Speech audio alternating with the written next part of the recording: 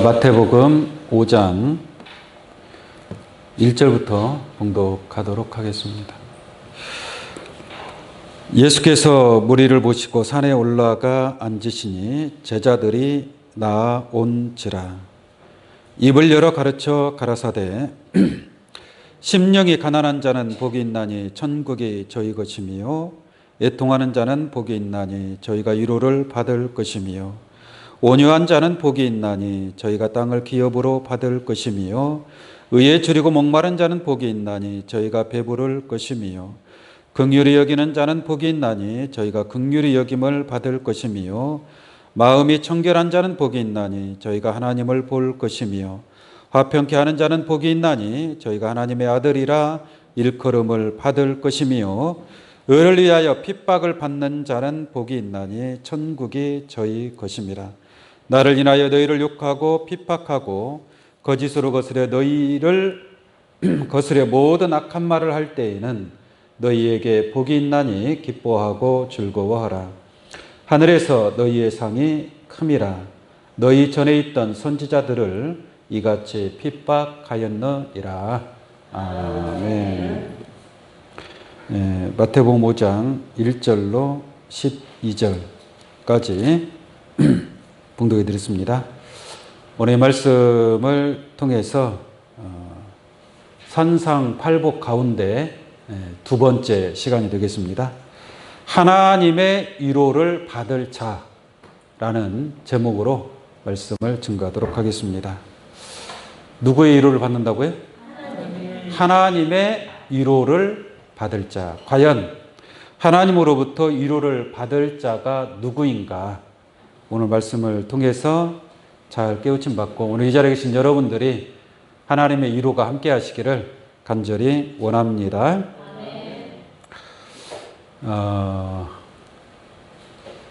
하나님의 위로를 받을 자는 애통하는 자입니다.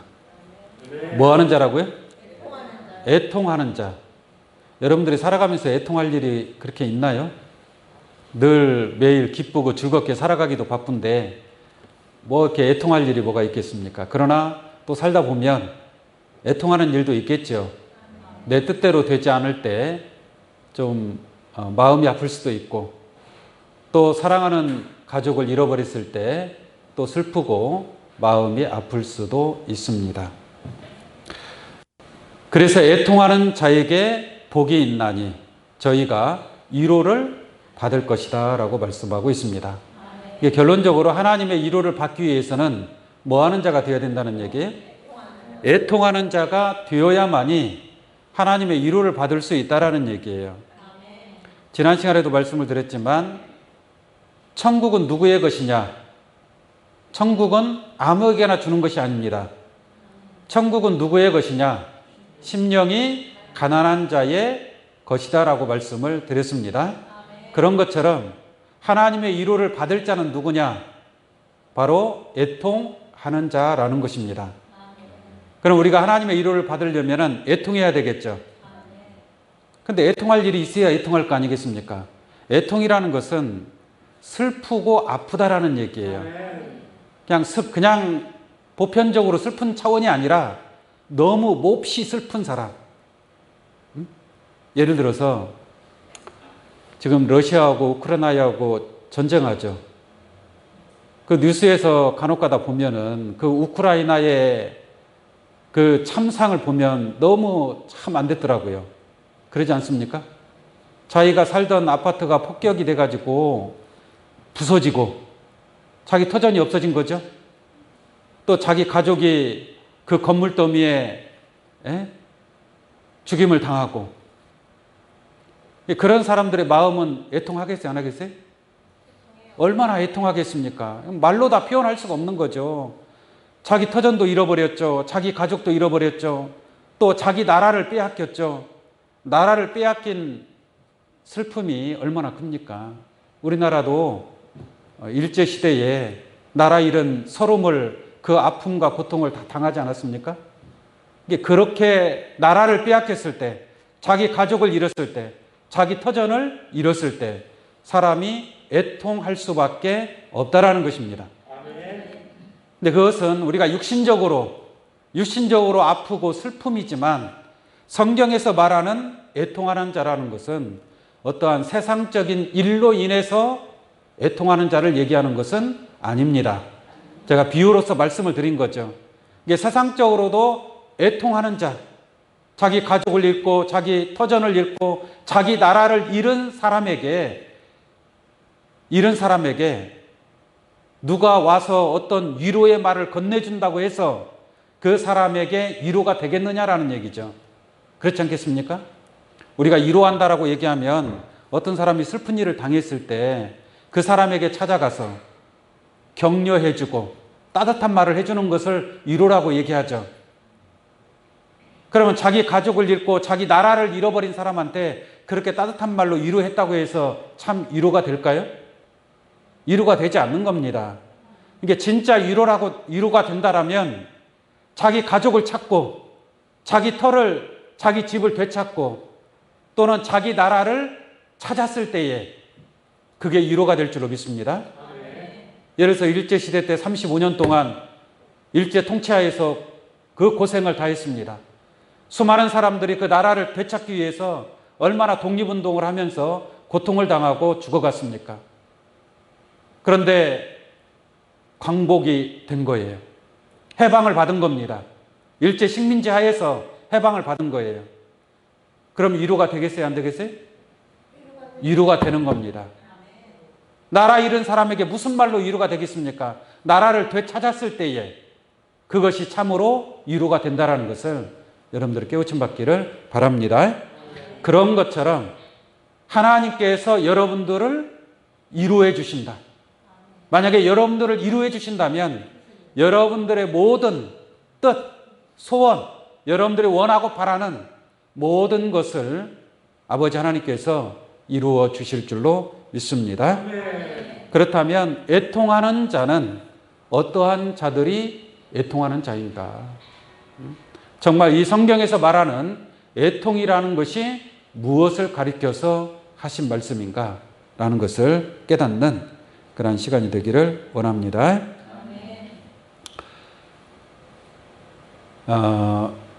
예수님께서 마태복음 6장 33절 말씀을 보면은 한번 우리 잠깐 찾아보도록 하겠습니다. 한 장만 넘기면 되죠. 마태복음 6장 33절입니다.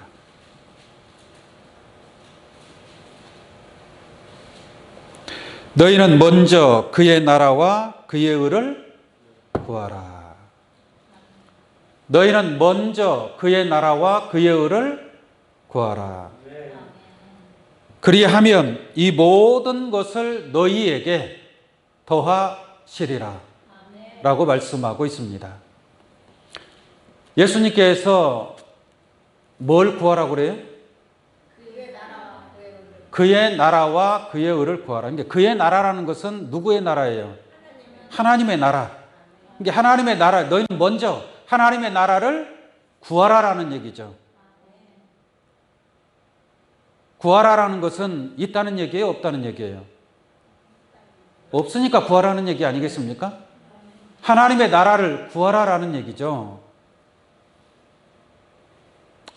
그럼 하나님의 나라를 누가 구하는 겁니까? 누가 구하는 거예요? 하나님의 나라를. 너희는 먼저 그의 나라와 그의 의를 구하라. 예수 그리스도로부터 이 말씀을 듣는 제자와 같은 자들, 예수님의 말씀을 듣는 자들, 그러니까 너희는 먼저 그의 나라와 그의 의를 구하라라는 것은 아직 하나님의 나라, 그의 나라가 이루어지지 않았다는 얘기잖아요. 그러면 여러분들은 무슨 나라에서 살고 있다라는 얘기예요? 에? 아직 하나님의 나라를 구하지 못했으니 우리는 지금 세상 나라에 있다라는 얘기 아니겠습니까? 그럼 세상 나라에 살고 있다면 우리가 하나님의 나라를 구하는 자가 되어야 될 줄로 믿습니다. 이게 하나님의 나라를 이루기 위해서 우리 나라를 찾아야 된다라는 얘기예요. 여러분들이 살고 있는 이 대한민국이 육신적으로 우리나라가 되겠지만 우리가 영원히 거해야 될 하나님의 나라, 우리가 살아야 될 영원한 나라를 우리가 구해야 된다라는 것을 깨우침 받기 바랍니다. 나라를 잃어버렸다는 얘기죠. 다시 말하면 비유적으로 말하면 잃어버린 나라를 다시 뭐하라? 구하라 라는 얘기예요. 구하라. 하나님께서 예수 그리스도를 보내주신 것도 하나님의 나라를 이루기 위함인 줄로 믿습니다. 그 하나님의 나라를 구하기 위해서 예수 그리스도를 보내주셨고, 또한 예수님은 그 하나님의 뜻, 하나님의 나라를 위해서 십자가에 못 박히시고, 또한 피 흘리시고, 또한 하나님의 뜻을 위해서 헌신하셨다라는 것을 알 수가 있는 줄로 믿습니다. 다시 말하면 우리가 애통한다. 애통한다라는 것은 무엇을 위해서 애통하느냐? 물론 육신적인 세상에 애통할 일도 있지만 그 애통을 얘기하는 것이 아니라 하나님의 나라를 위해서, 하나님의 뜻을 위해서 예수님이 그와 같이 애통하시며 하나님의 뜻을 마지막까지 죽기까지 행하신 것처럼 또한 하나님의 나라를 구할 수 있는, 그 애통하고 슬픈 마음을 가지고 하나님의 나라를 구할 수 있는 그러한 신앙이 바로 애통하는 자가 된다는 것을 알 수가 있습니다. 아멘. 일제시대 때 독립운동을 하다가 죽어간 사람, 또는 수많은 고문을 당해서 장애를 입은 사람, 얼마나 많은 사람들이 고통을 당했습니까? 그 사람들이 그렇게 노력하고 힘쓰고 애썼기 때문에 해방을 받았을 때 위로가 되고 기쁨을 얻게 되는 줄로 믿습니다. 아멘. 그런 것처럼 하나님의 나라를 위해서 그만큼 애통해야 하며 힘쓰고 애쓸 때에 하나님의 나라가 이루어졌을 때에 그 나라의 기쁨이 더 크게 될 줄로 믿습니다. 아멘. 자, 우리 예수님께서 하나님의 나라를 위해서 얼마나 애통해야 하셨는가, 그 내용을 한번 잠깐 보도록 하겠습니다. 히브리서 5장 말씀 보겠습니다. 히브리서 5장 7절로 한번 보겠습니다. 그는 육체에 계실 때에, 예수님은 무엇으로 계셨어요? 똑같이 여러분들과 똑같은 몸을 가지고 있었다 이 말이에요. 그러니까 여러 가지 감정이 있겠죠. 또 아픔도 있고 슬픔도 있고 근심도 있고. 왜 없겠습니까? 예수님이 육체의 몸을 가지고 있는데. 잘 보세요. 그는 육체에 계실 때에 자기의 죽음에서 능히 구원하실 이에게. 이제 앞으로 예수님은 십자가에 죽임을 당한다는 걸 알고 있잖아요. 그런데 능히 구원하실 이에게, 하나님께 이 말입니다. 심한 통곡과 눈물로 간구와 소원을 올렸고. 예수님 하나님 앞에 뭐 했어요? 심한 통곡. 하나님 앞에 눈물을 흘리면서 하나님 앞에 기도한 줄로 믿습니다. 이게 애통하는 마음을 가지고 있다는 얘기예요. 무엇 때문에 애통하는 마음을 가지고 있겠습니까? 하나님의 나라를 위해서, 하나님의 뜻을 위해서 이와 같이 심한 통곡과 눈물을 흘리신 줄로 믿습니다. 심한 통곡과 눈물로 간구와 소원을 올렸고, 하나님 앞에 그와 같이 애절하게 애통하는 심정으로 하나님 앞에 기도한 것을 알 수가 있습니다. 이게 무엇을 위해서 행한 것이라고요? 하나님의 나라를 구하기 위해서. 할렐루야. 여러분들의 신앙도 하나님의 나라를 위해서, 하나님의 나라를 구하기 위해서 애통하는 주님과 같은 그러한 마음을 가져야 될 줄로 믿습니다. 그래서 간구와 소원을 올렸고 그의 경외하심을 인하여 들으심을 얻었느니라. 예수님의 그 간구와 소원을 하나님께서 들어주신 줄로 믿습니다. 8절 보겠습니다. 그가 아들이시라도 받으신 고난으로 순종함을 배워서. 우리 주님은 마지막까지 하나님의 뜻에 순종하신 줄로 믿습니다. 그리고 순종함을 배워서 온전하게 되었은즉 자기를 순종하는 모든 자에게 영원한 구원의 근원이 되시고. 예수님이 우리의 구원의 근원이 되신 줄로 믿습니다. 근원이 되셨다. 죽기까지 순종했기 때문에, 순종하심으로 말미암아 순종하는 모든 자에게 구원의 근원이 되신 것을 알 수가 있음인 줄로 믿습니다. 10절 보겠습니다. 하나님께 멜기세덱의 반차를 쫓는 대제사장이라 칭하심을 뭐했다? 받았느니라 라고 말씀하고 있죠. 그러니까 예수님은 하나님의 나라를 위해서 이와 같이 애통하는 심정으로 죽기까지 하나님의 뜻에 순종한 줄로 믿습니다. 그러므로 그를 영원한 구원의 근원이 되게 하신 것이고, 또 멜기세덱의 반차를 쫓는 대제사장이라는 칭함을 얻게 되었다라는 것을 깨우침 받을 수 있는 줄로 믿습니다. 그러니까 구원의 근원이 되신 것도 하나님의 나라를 위한 것이고, 멜기세덱의 반차를 쫓는 대제사장이 되심도 하나님의 나라를 위함이었다라는 것을 알 수가 있습니다. 우리 누가복음 19장 한번 더 보도록 하겠습니다. 누가복음 19장.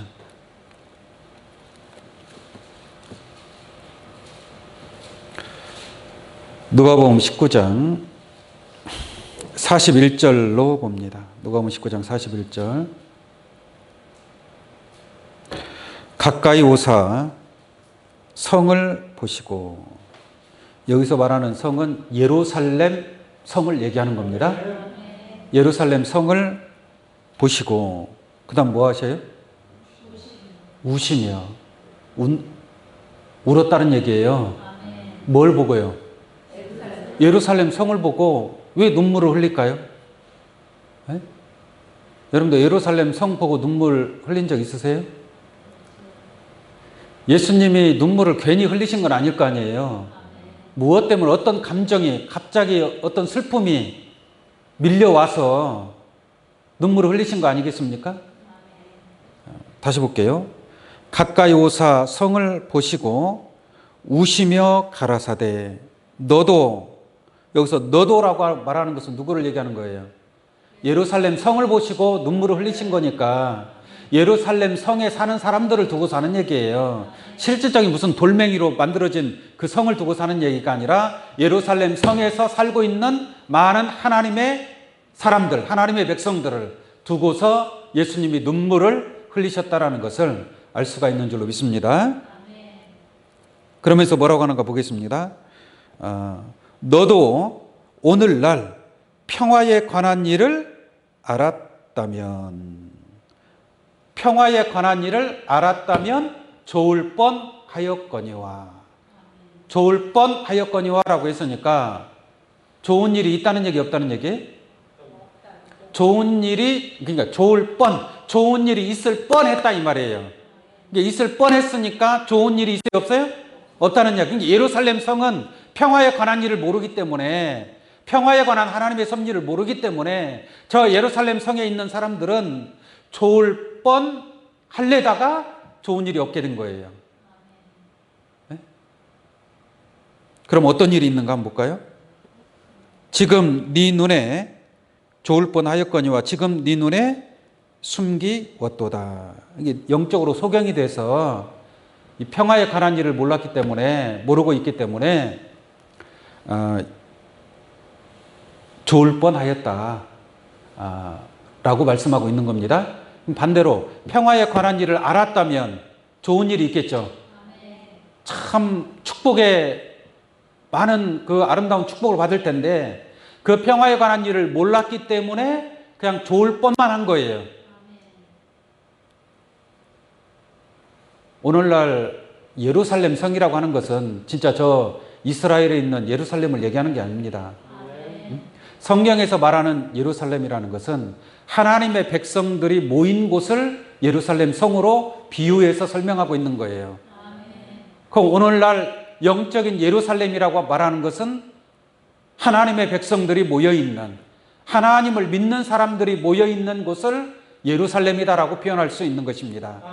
그런데 그 성에 있는 사람들은, 다시 말하면 오늘 이 시간에 교회 나가서 예배드리고 하나님 앞에 찬송 부르고 기도하고 말씀 듣고 그러한 많은 심령들이 다 어디 가려고 하는 거예요? 하나님 나라에 들어가는 것이고 구원받기 위해서 하는 것이고 천국 들어가기 위해서 하는 거 아니겠습니까? 그럼 천국에 들어가야 돼, 안 들어가야 돼요? 들어가야 좋은 일이 있는 거 아니에요? 그런데 이분들이 그냥 좋을 뻔 하였거니와 라는 말을 듣는다면 천국에 들어간다는 얘기, 못 들어간다는 얘기예요? 못 들어간다는 얘기예요. 그냥 좋을 뻔만 한 거예요. 좋을 뻔. 예를 들어서 미련한 처녀는 혼인잔치에 들어가요, 못 들어가요? 못 들어가잖아요. 근데 미련한 처녀도 등과 함께 기름을 준비했더라면 혼인잔치에 들어갈 수 있었겠죠. 그런데 따로 예비된 기름이 없이 등만 준비한 거예요. 그래서 신랑이 이러다 맞으러 나오라고 할 때에 일어났습니다. 일어났으니까 혼인잔치에 함께 들어갈 뻔했어요, 안 했어요? 들어갈 뻔한 거예요. 들어갈 뻔한 거예요. 다시 말하면 오늘날 신앙인들이 천국에 들어갈 뻔하면 돼요, 안 돼요? 안 되는 거예요. 천국에 참여해야죠. 그래야 좋은 일이 있는 거 아니겠습니까? 그냥 좋을 뻔만 하다가 끝나버리면 그 신앙생활 뭐냔 말이에요. 나더러 주여주여 하는 자들은 천국에 들어가요, 못 들어가요? 못 들어가요. 그냥 들어갈 뻔만 하는 거예요. 천국에 들어갈 뻔 하였거니와. 그것은 뭐예요? 좋은 일이 없고 망한다는 얘기예요. 아담이 선악과를 따먹고 또 생명나무 실과도 따먹으려고 했죠. 근데 먹었어요, 못 먹었어요? 이럴 때는 뭐라 그래요? 생명나무 실과 따먹고 영생할 뻔했다라고 얘기하는 거예요. 이게 뻔만 하면 돼요, 안 돼요? 안 돼요. 뻔뻔한 신앙이 되어버려요. 뻔뻔한 신앙. 좋을 뻔. 에? 천국 들어갈 뻔 하였거니와. 생명나무 실과 따먹고 영생할 뻔 하였거니와. 이런 신앙이 되면 안 된다라는 얘기죠. 그러니까 평화에 관한 일을 알아야 돼, 몰라야 돼? 알아야 된다라는 얘기예요. 진리를 알아야, 하나님의 뜻과 섭리를 깨달아야 평화에 관한 일을 아는 자가 될 줄로 믿습니다. 자, 다시 한번 보겠습니다. 41절. 가까이 오사 성을 보시고 우시며 가라사대 너도 오늘날 평화에 관한 일을 알았다면 좋을 뻔하였거니와 지금 네 눈에 숨기웠도다. 날이 이를지라 네 원수들이 토성을 쌓고 너를 둘러 사면으로 가두고 또 너와 및 그 가운데 있는 모든 네 자식들을 땅에 메어치며 돌 하나도 돌 위에 남기지 아니하리니 이는 권고받는 나를 네가 알지 못함을 인함이니라 하시니라 라고 말씀하고 있습니다. 그러므로 이 예루살렘이 결국 망한다는 얘기예요. 돌 위에 돌 하나도 남기지 않고 완전히 다 무너지게 된다는 얘기입니다. 이게 좋을 뻔만 한 거예요. 결국은 뭐 받는 거예요? 심판을 받는 겁니다. 깨닫기 바랍니다. 우리가 이러한 신앙을 하면 안 되지 않겠습니까? 그러려면 분명하고 확실하게 하나님의 뜻을 깨닫는 그러한 지혜가 있어야 될 줄로 믿습니다. 45절 한번 볼까요? 성전에 들어가사 그 예루살렘 성전에 들어가신 거예요. 성전에 들어가서 어떻게 하는 거예요? 장사하는 자들을 내어 쫓으시며 이게 하나님의 성전이 다 장사꾼들의 소굴이 되어버린 거예요. 장사꾼의 소굴이 되어버린 거예요. 이게 하나님의 교회가 아니라 그냥 세상에 속한 교회가 되어버렸다라는 얘기입니다. 깨우침 받기 바랍니다. 자, 45절. 성전에 들어가서 장사하는 자들을 내어 쫓으시며 저희에게 이르시되 기록된 바 내 집은 기도하는 집이 되리라 하였거늘 너희는 강도의 구려를 만들었도다. 이게 왜 이 하나님의 성전이 왜 이렇게 심판을 받는지 그 이유를 설명하고 있는 줄로 믿습니다. 하나님의 성전이 기도하는 집이 되어야 되는데 강도의 소굴이 되었고 장사꾼들이 그 성전을 다 차지하고 세상적으로 돈 버는 그러한 타락한 그러한 성전이 되었음을 예수님께서 말씀하고 있는 것이고 그러한 기도하는 집이 아닌 이러한 강도의 소굴이 되어버린 오늘날의 영적인 예루살렘이 하나님의 심판을 받을 것을 설명하고 있음인 줄로 믿습니다. 그러므로 저들의 신앙은 아무리 주여 주여 하는 신앙, 주의 이름으로 귀신을 쫓아내고 권능을 행하고 선지자 노릇한다 할지라도 그냥 좋을 뻔만 하는 그런 신앙이 된다는 것을 여러분들 깨우침 받기를 바랍니다. 그러한 것을 보고 예수님께서 앞으로 되어질 이 예루살렘이 어떻게 망하는 것을 뻔히 다 알고 있기 때문에 그래서 예수님께서 슬퍼하시고 눈물을 흘리셨다라는 것을 우리가 깨우침 받을 수 있음인 줄로 믿습니다.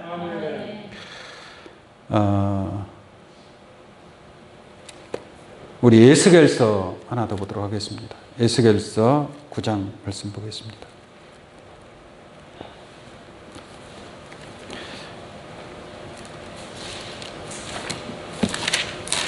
에스겔서 9장입니다. 9장 4절 한번 보겠습니다. 이르시되 너는 예루살렘 성읍 중에 순행하여 그 가운데서 행하는 모든 가증한 일로 인하여 탄식하며 우는 자의 이마에 표하라 하시고. 여기 예루살렘 성읍이라고 나오죠? 예루살렘 성읍 중에 순행하면서 뭐라고 하느냐면 모든 가증한 일로 인하여. 무슨 일로 인하여? 가증한 일. 가끔가다 어떤 사람은 또 가증하게 행동하는 사람이 있잖아요. 그죠? 예. 겉과 속이 다른 사람. 겉과 속이 다른 사람을 간혹가다 가증하다라고 얘기하죠. 예. 앞에서는 이렇게 이야기하고 뒤에서는 또 딴 얘기하고. 예? 요즘 정치인들도 그러는 것 같아요. 정치인들도. 앞에서는 뭐 법과 원칙대로 한다고 그래요. 그래야 안 그래요? 특히 검사들 보면은 법과 원칙대로 한대요. 근데 뒤에 가서는 그렇게 해야 하네? 그게 얼마나 가증한 겁니까? 이게 성경적으로 볼 때에도 겉과 속이 다른 사람들이 있습니다. 겉과 속이 다른 사람들. 그러한 자들을 가증하다라고 얘기합니다. 그래서 마지막 때에는 이 수많은 가증한 자들이 출현하는데 그 가증한 자들 중에 또 우두머리가 또 있어요. 우두머리가 있어요. 그게 마태복음 24장 15절 말씀에 보면은 멸망에 가증한 것이 거룩한 곳에 선 것을 보거든. 이 가증한 자가 어디에 서 있어요? 거룩한 곳에 서 있는 거예요. 거룩한 곳은 거룩하신 하나님만이 있을 수 있는 거 아니겠습니까? 그런데 자기가 마치 하나님인 양, 거룩한 자리에 앉아있는 그러한 멸망에 가증한 것이 출현할 것을 또한 성경은 말씀하고 있다는 것을 알 수가 있는 줄로 믿습니다. 이게 그러한 가증한 것을 보면은 저 사람 뭐 거짓말하네, 그냥 그렇게 생각하고 지나가야 돼요? 아니면 그러한 것을 보고 막 울분이 나야 돼요? 네? 분노가 막 치밀어 올라와야 될 거 아니에요? 아니 저 사람 왜 그렇게 가증하냐? 앞에서 하고 뒤에서 하는 말이 왜 이렇게 다르냐?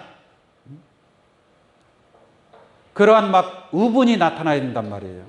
네? 예수님이 바리새인 율법사들에게 뭐라고 합니까? 외식하는 서기관들과 바리새인들이여, 너희는 회칠한 무덤 같으니 겉으로는 아름답게 보이나, 그죠? 겉으로는 아름답게 보이나 그 속에는 죽은 사람의 뼈와 모든 더러운 것이 뭐예요? 가득하다 라고 예수님이 바리새인 율법사 그 당시에 종교 지도자들에게 책망을 하고 있는 줄로 믿습니다. 저주의 말을 하고 있는 거예요. 저주의 말을. 겉으로는 아름답게 보이는데 속에는 온갖 더러운 것이 가득하다. 외식과 불법이 가득하다라고 그렇게 화해 말씀을 증거하고 있다라는 사실을 우리가 깨달을 수 있는 줄로 믿습니다. 그래서 사단의 모습으로 나타나는 게 아니라 사단이 광명한 천사로 나타나는 거예요. 광명한 천사로. 이리가 이리의 모습으로 나타납니까? 그게 아니란 말이죠. 이리가 양의 탈을 쓰고 나타난다는 것을 알기를 원합니다. 그런 것이 바로 가증한 자다. 이해하기 쉽게 오늘날 세상 사람들이 그런 사람들을 뭐라고 하느냐? 수박이라고 얘기합니다. 수박. 왜 수박이라고 한지 아세요? 수박의 겉은 파란색이죠. 근데 속은 무슨 색이에요? 빨간색이에요. 네? 수박이라고 얘기하는데 영적인, 겉으로는 아름답게 보이고 속에는 온갖 더러운 것이 가득한 그러한 자들을 가리켜서 가증한 자들이다 라고 설명드릴 수 있겠습니다. 이사야 5장 말씀 한번 보겠습니다.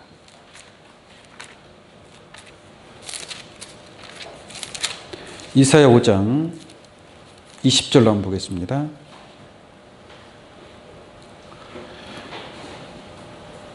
악을 선하다 하며 선을 악하다 하며 흑암으로 광명을 삼으며 광명으로 흑암을 삼으며 쓴 것으로 단 것을 삼으며 단 것으로 쓴 것을 삼는 그들은 화 있을진저라고 말씀하고 있죠. 이게 이러한 자들이 어떻게 구원받을 수 있겠습니까? 악을 선하다, 악을 악하다고 해야 될 거 아니에요? 악을 악하다고 얘기하고 선을 선하다라고 얘기해야지. 악을 선하다 하고 선한 자를 악하다 하고, 이게 얼마나 가증한 일입니까? 세상에도 그런 일이 있잖아요. 없는 죄를 막 만들어 가지고 죄를 뒤집어 씌우는 자들. 한번 상상을 한번 해보세요. 누군가를 내가 죽이기 위해서 없는 말을 막 지어내, 만들어내요. 만들어내가지고 그 사람을 죽이는 거예요. 그게 사람이에요? 짐승이에요? 그게 어떻게 사람의 마음을 가지고 있다라고 얘기할 수 있겠습니까? 그런 자들을 가리켜서 가증하다라고 얘기하는 거예요. 악을 선하다 하고 선을 악하다 하고 쓴 것을 달다 하고 단 것을 쓰다 하고, 이런 자들은 가증한 자들로서 심판을 받게 될 줄로 믿습니다. 우리 계시록 13장 말씀 한번 보도록 하겠습니다. 계시록 13장.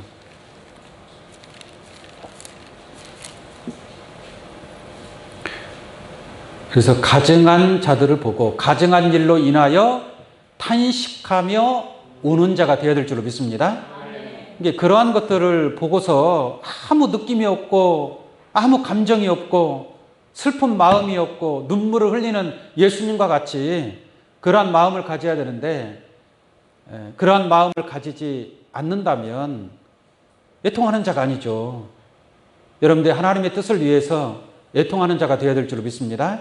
하나님의 나라를 구하기 위해서 내가 어떻게 하면 하나님의 나라를 구할 것인가, 항상 마음을 다하고 뜻을 다하고 모든 것을 다하는 자들은 애통하는 마음을 안 가질 수가 없다는 것을 설명드릴 수 있겠습니다. 자, 13장 1절 보겠습니다. 내가 보니 바다에서 한 짐승이 나오는데 뿔이 10이요 머리가 7이라. 그 뿔에 면류관이 있고 그 머리들에는 뭐가 있어요? 참남된 이름들이 있더라. 그러니까 참남된 이름들이라고 말하는 것은 그 마땅한 이름이 아니다 이 말이에요. 분수에 넘치는 말 같지도 않은 그러한 이름들이 있더라. 가증한 이름이다라는 겁니다. 다시 말하면 하나님도 아닌 것이 자기가 하나님이다라고 나타나는 자들이 있어요. 요즘 저기 보면 뭐 나는 신이다라는 거 보셨어요? GMS 정명석이 자기가 신이래요. 가증해 안 가증해? 얼마나 가증합니까? 그게 참남된 이름을 가진 자들이에요. 예수도 아닌 것이 자기가 재림 예수도 하고 나타났어요. 그런 자들이 바로 가증한 자들인 줄 믿습니다. 또 선지자도 아닌 것이 자칭 선지자가 되고 사도도 아닌 것이 자칭 사도가 되고, 그러한 자들을 가리켜서 가증한 자다. 그래서 그러한 가증한 것들을 보고 애통하는 마음을 가져야 될 줄로 믿습니다. 이사야 다음에 에레미야 말씀이 있는데요. 에레미야 5장 30절 한번 보겠습니다. 에레미야 5장 30절입니다.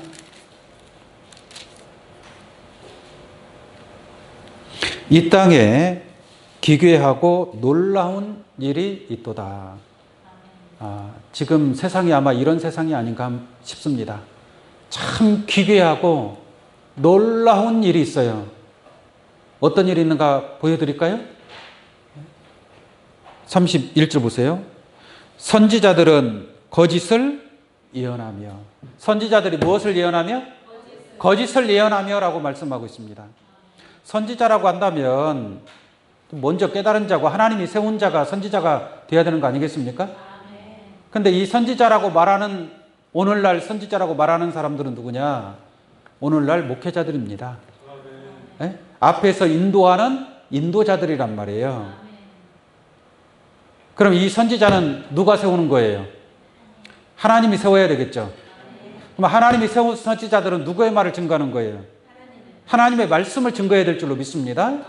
근데 하나님의 말씀을 증거해야 되는데 그렇지 않고 거짓말을 한다 이 말이에요. 거짓을 예언한다라는 얘기죠. 근데 거짓말을 해도 그 말을 듣는 수많은 백성들이 이게 거짓말인지 참말인지 분별을 해요? 못해요? 못하는 거예요. 하나님의 이 단상을 통해서 하나님의 말씀이 증거돼야지, 만약에 이 말씀을 통해서 아무리 좋은 말이라 할지라도 어떤 학자의 말을 증거하는 어떤 좋은 말을 증거하고 사람의 말을 증거한다면 그것은 전부 다 뭐가 되는 거예요? 거짓말이 되는 겁니다. 거짓말. 하나님의 말씀이 아닌 그런 사람의 뜻과 생각을 증거하는 것은 거짓 예언인 줄로 믿습니다. 31절 보겠습니다. 선지자들은 거짓을 예언하며 제사장들은 자기 권력으로 다스리며. 제사장들의 권력이 대단합니다.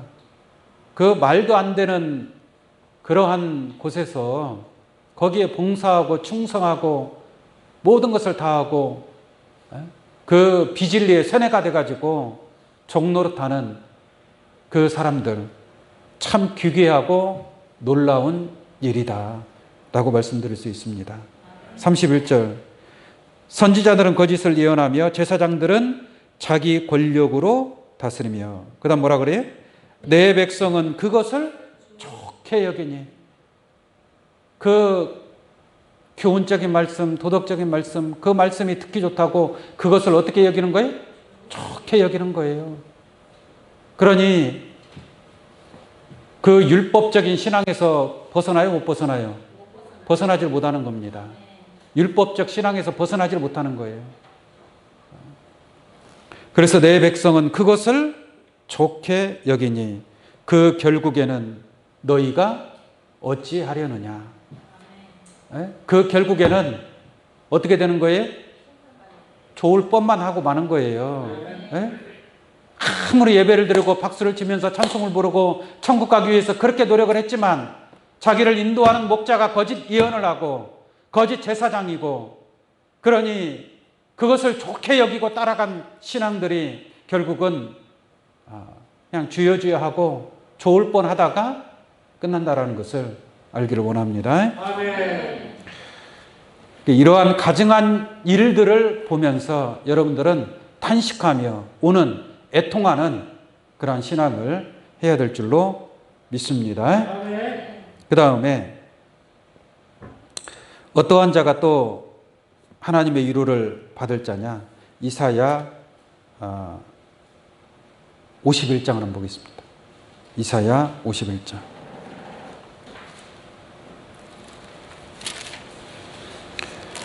이사야 51장 봅니다. 3절로 보겠습니다. 이사야 51장 3절. 대저 나 여호와가 누구를 위로하되? 시온을 위로하되. 하나님은 애통하는 자는 복이 있나니 저희가 위로를 받을 것이라고 얘기했죠. 근데 여기서 보니까 하나님이 누구를 위로한다 그래요? 시온을 위로한다라고 말씀하고 있습니다. 이게 위로한다라는 것은 뭐예요? 시온이 슬프다, 애통해 한다라는 얘기잖아요. 시온이 애통해 한단 말이에요. 시온. 여러분 애통하는 마음을 가져야 될 줄로 믿습니다. 영적으로 보자면 시온은 하나님의 집입니다. 구원의 처소인 줄로 믿습니다. 바로 이 장소가 여러분들에게는 시온이 되는 줄로 믿습니다. 영적 시온산이 되는 거예요. 시온산. 하나님의 집입니다. 근데 하나님의 집에 왔으면 기쁘고 즐거워야 될 거 아니에요. 왜 시온에서 슬퍼합니까? 그러잖아요. 왜 슬픈 거예요? 하나님의 나라를 생각하고 하나님의 뜻을 생각하고 오늘날 가증한 일로 인한 저들의 모든 것을 바라보며 슬퍼하는 줄로 믿습니다. 이 슬퍼하려면 뭘 알아야 슬퍼할 수 있는 거예요. 무지한 자는 슬퍼할 수 있어요, 없어요? 어린아이는 아까 우크라이나 전쟁 이야기했는데 어린아이가 전쟁 일어나서 막 슬퍼합니까? 어린아이는 슬픈 줄 알아요, 몰라요? 모르는 거예요. 애통해 하려면 영적으로 장성한 자가 되어야 됩니다. 뭘 알아야 애통하는 마음을 가져야 될 거 아니겠습니까? 아무것도 모르는데 하나님의 뜻과 섭리, 평화에 관한 일을 아무것도 모르는데 어떻게 애통하는 사람이 될 수 있느냐라는 얘기죠. 이게 진리를 모르면 무엇이 가증한 일인지, 무엇이 옳은 일인지, 무엇이 선인지, 무엇이 악인지 그것을 분별하지 못하는 신앙은 애통하는 자가 아닙니다. 깨우침 받기 바랍니다. 아멘. 그것을 분별할 수 있는 자가 애통하는 마음을 막 가질 수 있는 거예요.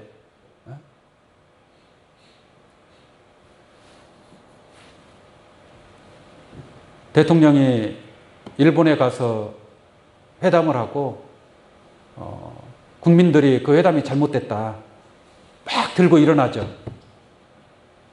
많은 사람들이 막 시위를 합니다. 왜 시위를 하는 거예요? 육신적으로 애통 터진다 이 말이에요. 애통 터진다.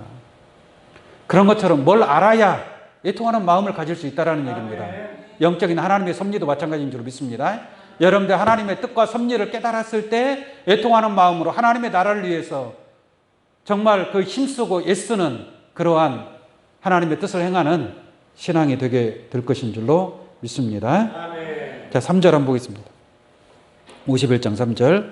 대저 나 여호와가 시온을 이루하되 그 모든 황폐한 곳을 이루하여. 이게 시온이 황폐하다는 얘기예요. 그 황폐한 것을 하나님께서 이루어 주시는 줄로 믿습니다. 이루어 주신다. 아버지 하나님께서 이루하실 때가 있음인 줄로 믿습니다. 이루하면 어떻게 되느냐? 그 광야로 에덴 같고, 광야와 같은 곳이 뭐가 되는 거예요? 에덴이 되는 거예요. 에덴이. 이게 시온이 에덴 동산이 된다라는 것을 알 수가 있는 줄로 믿습니다. 지금은 영적으로 보자면 참 황폐하고 광야 같고 사막 같은 곳이에요. 사막에는 나무가 있어요, 없어요?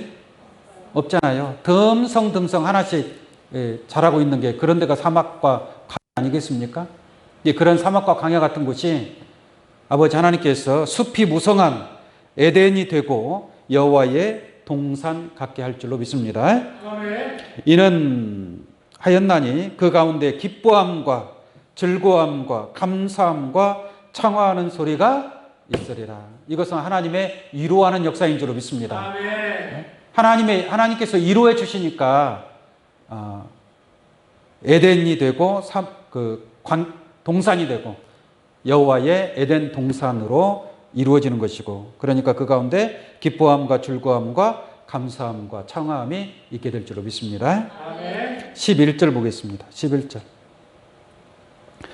여호와께 구속된 자들이 돌아와서 노래하며 시온으로 돌아와서 그 머리 위에 영영한 기쁨을 쓰고 즐거움과 기쁨을 얻으리니 슬픔과 탄식이 뭐예요? 달아나리로다. 하나님의 위로가 있게 되면 이제 더 이상 슬픔이 있어요, 없어요? 슬픔과 탄식이 다 뭐예요? 달아나게 되는 거예요. 그러니까 그때 가면 애통할 일이 있어요, 없어요? 애통할 일이 없어요. 하나님의 나라가 이루어졌는데, 여호와의 에덴 동산이 이루어졌는데 이제는 더 이상 애통할 일이 없게 된다는 것을 알 수가 있습니다. 마지막으로 하나만 더 보겠습니다. 이사야 61장입니다. 이사야 61장 2절입니다.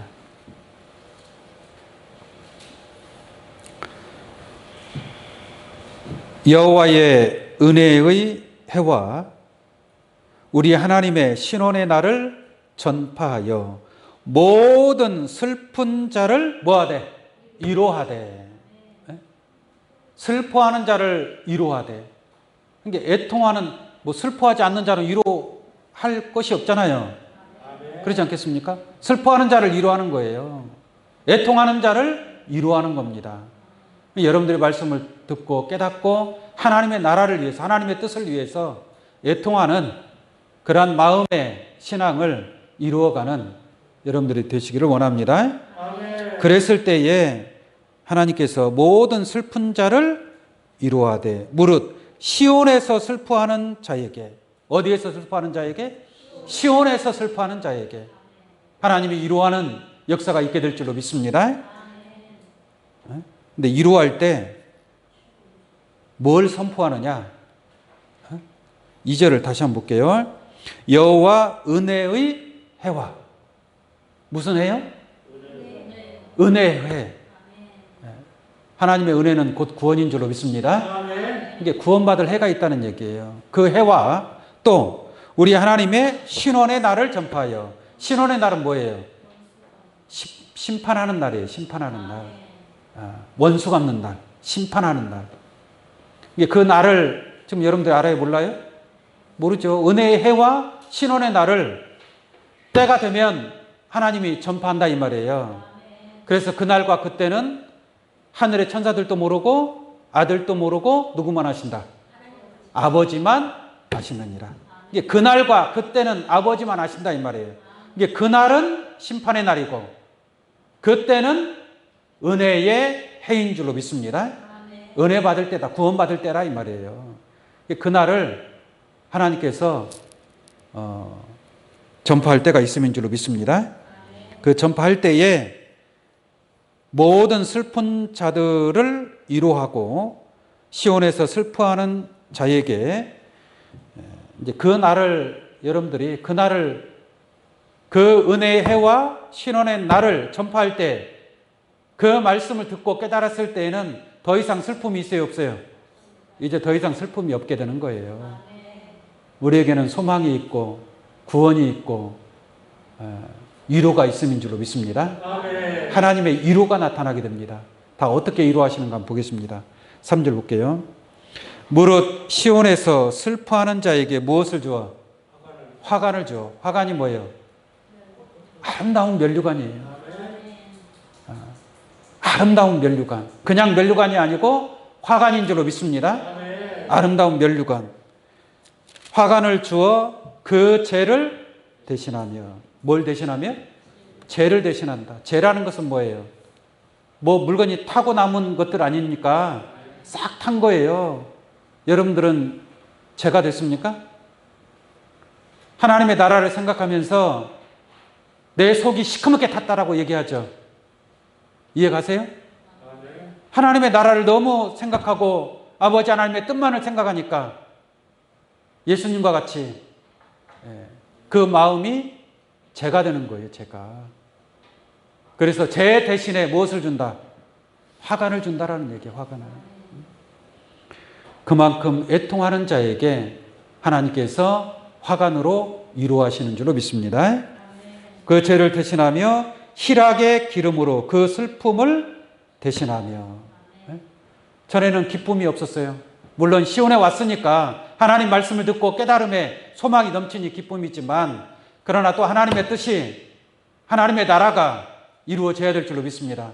그 나라를 구하기 위해서 생각할 때에 여러 가지 많은 고민이 있고 슬픔이 있다라는 얘기죠. 그러나 하나님의 위로하심을 통해서 희락의 기름으로 그 슬픔을 대신하시고 찬송의 옷으로 그 근심을 대신하신다라고 말씀하고 있습니다.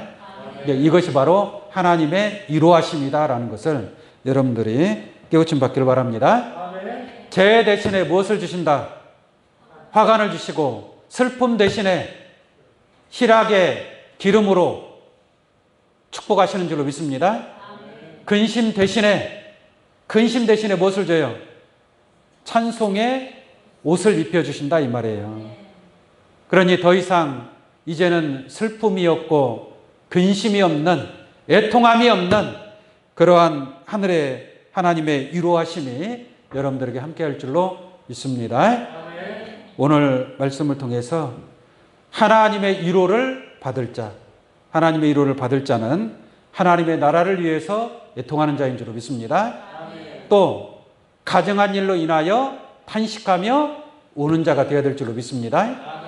그 다음 마지막으로 시온에서 슬퍼하는 자가 될 때에 화관을 주고 희락의 기름으로 축복하시고 찬송의 옷을 입혀줌으로 하나님의 위로가 함께 하실 줄로 믿습니다.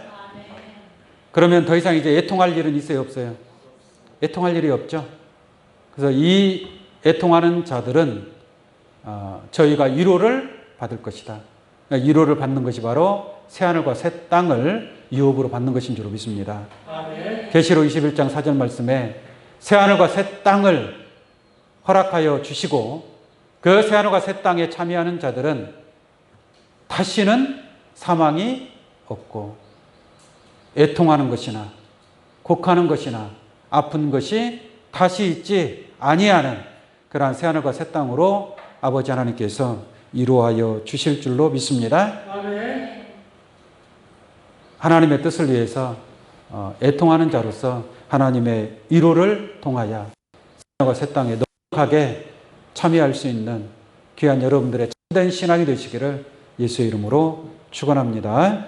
기도하겠습니다. 사랑이신 아버지 하나님,